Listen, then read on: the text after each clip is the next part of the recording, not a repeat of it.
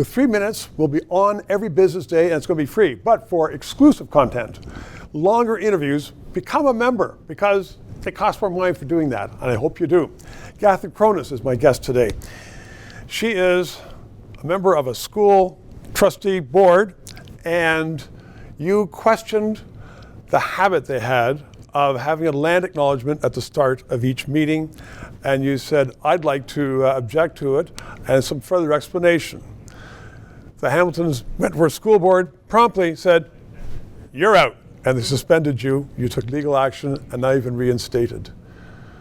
Is that what I just, fair what I just said? Yep. Accurate? Now, first of all, what does that make you feel about free speech and the power of debate within an educational atmosphere? It's a great concern. I know I'm not the first parent to feel silence in the school board, and this is sending a message to people. They're trying to send a message by suspending me that you don't touch this issue. This issue is sacred. You're not allowed to talk. We're not allowed to discuss or debate it.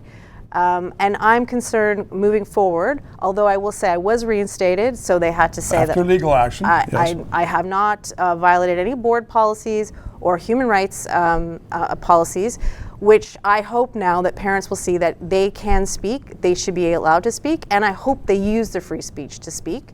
But there is still a concern about whether or not there's going to be any repercussions going forward for my speech. Oh, every educational institution in Canada, there are people being fired, professors being silenced if they don't go along with the party line, but no one's ever even explained to you whether in fact the land you're on was subject to a treaty right.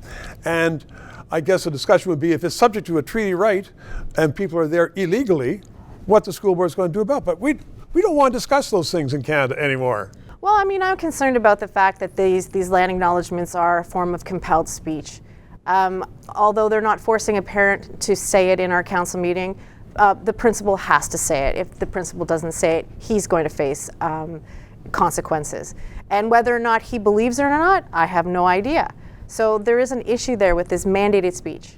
So you're a mother of students. You're now in the educational system, if you will. Do you think that we're becoming a little too politically correct in Canada, or actually politically incorrect, where tax-paid authorities are hammering down saying, you can't say that or else you're out? Everybody's walking on eggshells.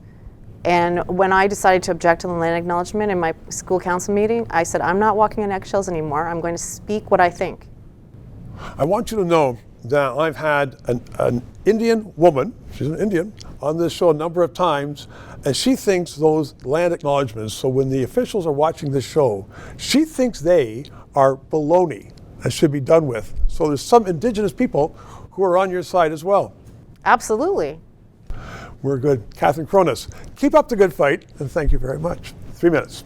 To those of you who have subscribed and donated, a heartfelt thank you. You're keeping us on the air.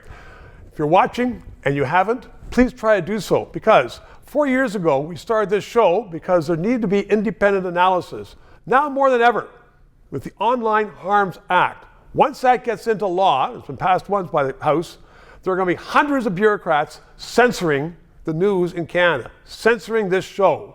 We need to keep it on the air. Thanks for your support.